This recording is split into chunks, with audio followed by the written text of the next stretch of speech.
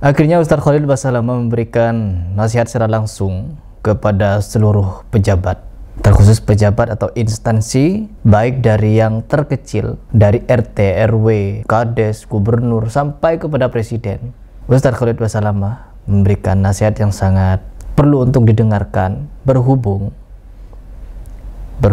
Presiden Prabowo Subianto akan mengundang beberapa tokoh agama, tokoh masyarakat, dan orang-orang yang perlu untuk diajak diskusi untuk membicarakan masalah ya mungkin berhubungan dengan mempertahankan kemerdekaan negara kita tercinta ini. Kenapa? Mengingat ulah-ulah beberapa pejabat yang konyol-konyol. Bagaimana nasihat Ustaz Khalid? Silahkan simak videonya seperti ini. Assalamualaikum warahmatullahi wabarakatuh. Alhamdulillah wassalatu wassalamu ala rasulillah. Segala puji dan puja kehadirat Allah subhanahu wa ta'ala, juga salawat dan taslim kepada Nabi besar Muhammad sallallahu alaihi wa ala alihi wa sahbihi wasallam. Pada hari ini, hari Ahad, tanggal 31 Agustus tahun 2025, selepas sholat maghrib, kami masih di Masjid Rumah Allah ingin menyampaikan dan ingin punya andil untuk mempertahankan kemerdekaan kita, persatuan dan kesatuan kita. Sekaligus tentunya memberikan dukungan sepenuhnya atas pidato Bapak Presiden, Bapak Prabowo Hafizahullah, yang mengajak seluruh elemen, baik pihak pemerintah ataupun masyarakat, agar sama-sama menjaga tata tertib, menjaga juga ketentraman dan kedamaian negara.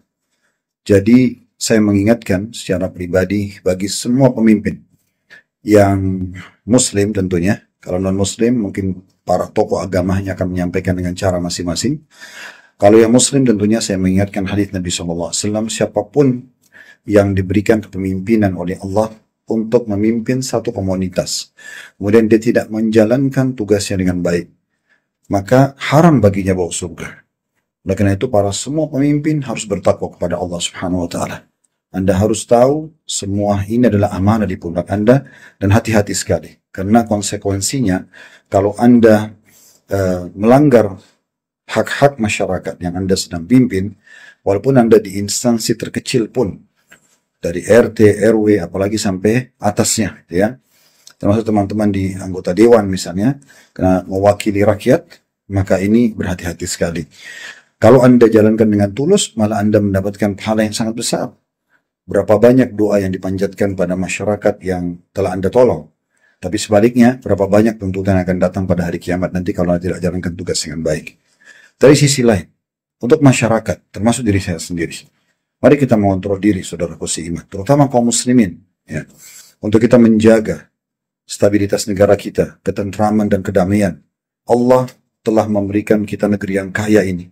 Allah memberikan kita para pemimpin dan para pejuang yang sudah memperjuangkan negara kita ini. Mungkin ada di antara mereka secara individu yang belum menjalankan tugas dengan baik. Kita doakan. Dan Pak Presiden sudah mengucapkan, Anda boleh sampaikan aspirasi Anda. Anda boleh sampaikan keluhan Anda. Tapi dengan cara-cara yang baik. Kenapa yang kita lihat di sekarang ini, dicuplikan beberapa video yang viral tentunya, ada yang anarkis, merusak fasilitas umum. Ini haram dalam agama Islam. Apa hubungannya fasilitas umum dengan orang-orang individu yang Anda tidak sukai dari anggota dewan misalnya? Apa hubungannya Anda merusak fasilitas pemerintah dan mengambil harta orang lain? Tidak ada celah syar'inya. Kalau orang itu mengucapkan kata-kata yang menyakiti Anda, maka kata-katanya yang salah. Kita tuntut dia agar mengutarik kembali kata-katanya dan meminta maaf. Bukan kita menjarah rumahnya, mengambil harta-hartanya, itu akan harta haram bagi Anda. Oleh karena itu, mari kita bertakwa kepada Allah Subhanahu wa Ta'ala. Ini waktunya kita berbenah-benah. Mari kita rapatkan kembali saf-saf kita. Mari kita kembali saling rangkul mengangkul di bawah Bhinneka Tunggal Ika. Kita betul-betul memperhatikan dan mendahulukan kedaulatan negara kita. Ini kenikmatan yang sangat besar, jangan sampai hilang dari kita.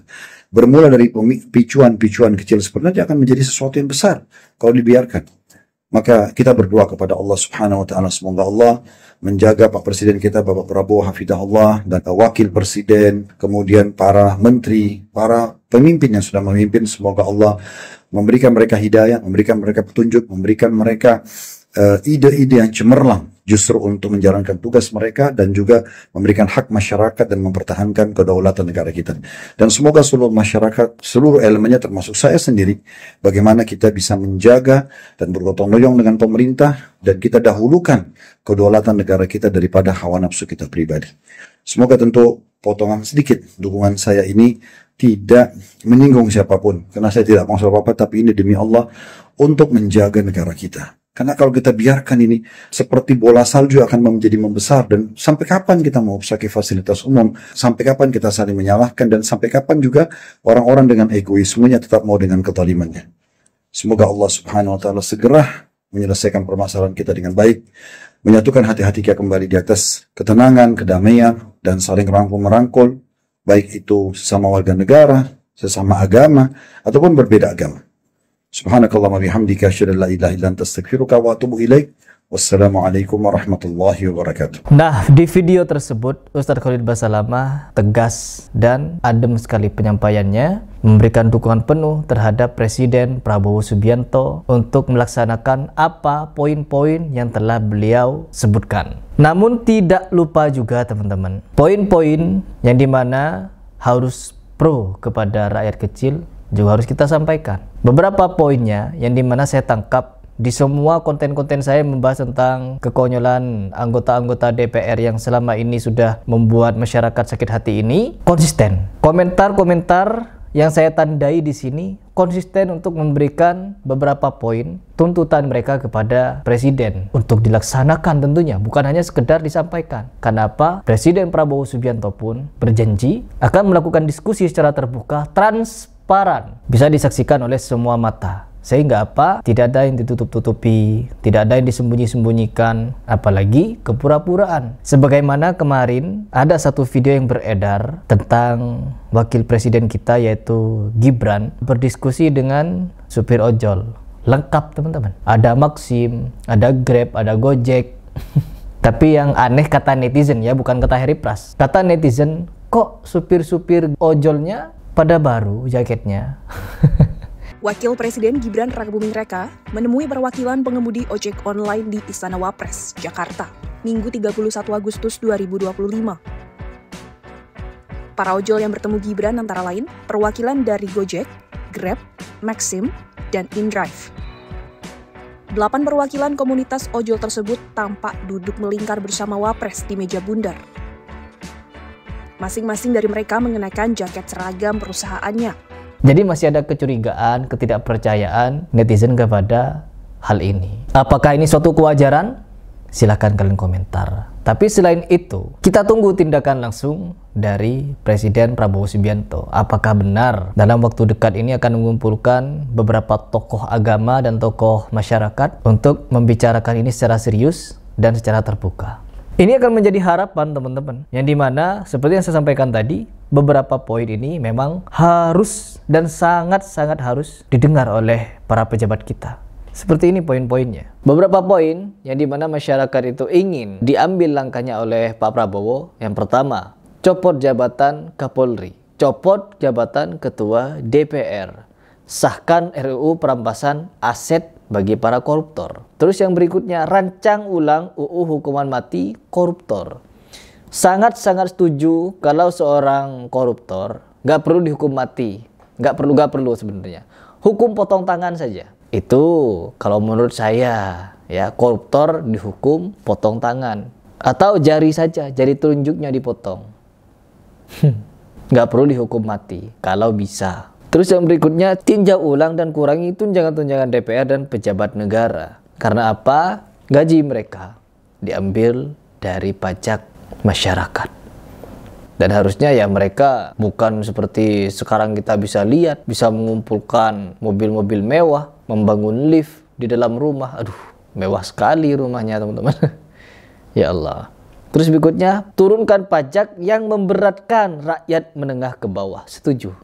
Karena kan kabarnya pajak mulai naik, kabarnya ya. Semoga beberapa aspirasi dari rakyat nanti bisa dikabulkan oleh pemerintahan kita, presiden kita. Agar apa? Agar kesejahteraan, kemakmuran kepada rakyat, terkhusus menengah ke bawah tadi, bisa semakin layak lah. kesengsaraan di mana-mana, kemiskinan di mana-mana, pengangguran yang dimana katanya ada kalimat terucap dari salah satu pejabat negara akan membuka berapa ya, 19 juta atau berapa itu lapangan pekerjaan. Nggak tahu lapangan pekerjaan di mana, saya belum melihat atau belum mendengar kabar ininya. Ya semoga saja terlaksana. Dengan apa? Dengan kesungguhan untuk melayani masyarakat. Ya itu saja dari saya. Dan poin-poin ini yang saya bacakan, mungkin pencopotan Kapolri, pencopotan Ketua DPR Puan Maharani atau siapapun itu akan menjadi tantangan berat kepada Presiden. Ya, akan menjadi tantangan berat. Namun kalau itu bisa dilaksanakan, masyarakat pasti banyak yang tepuk tangan. Akan banyak yang tepuk tangan. Seperti yang saya sampaikan tadi, seorang perempuan, ya, mungkin kita berbeda paham, tidak apa-apa. Saya berpendapat bahwa seorang Puan Maharani, seorang wanita, tidak layak untuk memimpin beberapa orang di bawahnya yang kebanyakan laki-laki. Nggak pantas seorang laki-laki dipimpin perempuan. Di segi apapun, dari segi rumah tangga, kehidupan sosial, kehidupan bernegara, apalagi tidak boleh. Kalau kita menganggap sebagai rujukan dalam beragama adalah Islam, maka Islam juga mengatur di dalam kepemimpinan. Seorang perempuan tidak lebih layak dari laki-laki untuk memimpin sesuatu. Bebas, kalau kalian tidak sepakat silakan. Kalau saya pribadi ya mendukunglah petisi dari netizen itu untuk beberapa poin, 6 poin yang saya sebutkan tadi. Kalau ada lagi silahkan tambah. Namun dari 6 poin tersebut, saya rasa itu sudah cukup untuk memberikan kepuasan nurani kepada masyarakat kita. Apalagi berbicara masalah pajak dan berbicara masalah kesejahteraan dan ketentraman bangsa Indonesia ini yang akhir-akhir ini sering mendapatkan harapan palsu dari oknum-oknum pejabat. Semoga ada jawaban. Berhubung juga Ustaz Khalil Basalamah sudah memberikan nasihat secara terbuka, tinggal nunggu waktu secepatnya diadakan diskusi terbuka, transparan kepada seluruh masyarakat apa tindakan presiden berikutnya. Kita tunggu.